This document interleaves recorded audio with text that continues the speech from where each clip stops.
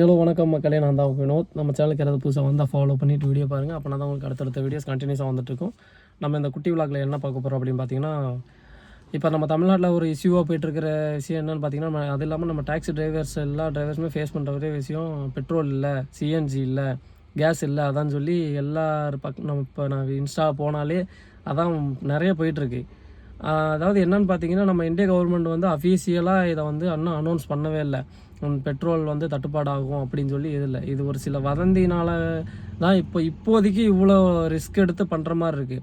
அதாவது கொஞ்சம் கொஞ்சம் இல்லைங்கிறது ஓரளவுக்கு. இந்த இப்போதைக்கு கேஸ் இல்லைன்னு தான் சொல்லிகிட்டு இருக்காங்க. மற்றபடி பெட்ரோலும் சிஎன்ஜியும் நார்மலாக தான் இருக்குது. இப்போ நாங்கள் பார்த்திங்கன்னா ஈரோடு, கோயம்புத்தூர் இந்த சரௌண்டிங்கில் பார்த்திங்கன்னா ஓரளவுக்கு நார்மலாக தான் இருக்குது. சென்னையில் வந்து கொஞ்சம் எப்போயுமே சிஎன்ஜிக்கு வந்து கொஞ்சம் டிமாண்ட் தான். அது இல்லாமல் இப்போ இந்த இஷ்யூ சொன்னதுனால எல்லோரும் என்ன பண்ணுறாங்கன்னா, நம்ம கிடைக்காதுன்னு சொல்லி ரொம்ப ஒரு மாதிரி ப்ரெஷர் போட்டு நிற்கிறதுனால எல்லோரும் பயப்படுறாங்க. எங்கே சிஎன்ஜி இல்லாமல் போயிருமோ, பெட்ரோல் இல்லாமல் போயிருமோ அப்படின்னு சொல்லி ரொம்ப பயப்படுறாங்க. யாரும் பயப்பட வேண்டாம். அதாவது இப்போதைக்கு இதெல்லாம் இந்த பிரச்சனை எந்த அளவுக்கு இல்லாமல் இருக்கோ கொஞ்சம் சும்மா ஸ்லோவாகவே போங்க.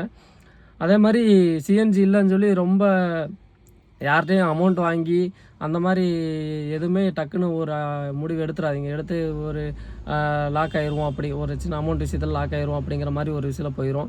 ஸோ அதனால் இன்னும் அஃபீஷியலாக எதுவுமே சொல்லவே இல்லை. ஸோ அதனால் நம்ம எதுக்கு இவ்வளோ ரிஸ்க் எடுத்து பண்ணிகிட்டு இருக்கணும்? எப்பயும் போல் நார்மலாக சிஎன்ஜி போடுங்க, பெட்ரோல் போடுங்க, ஓட்டிகிட்ருங்க.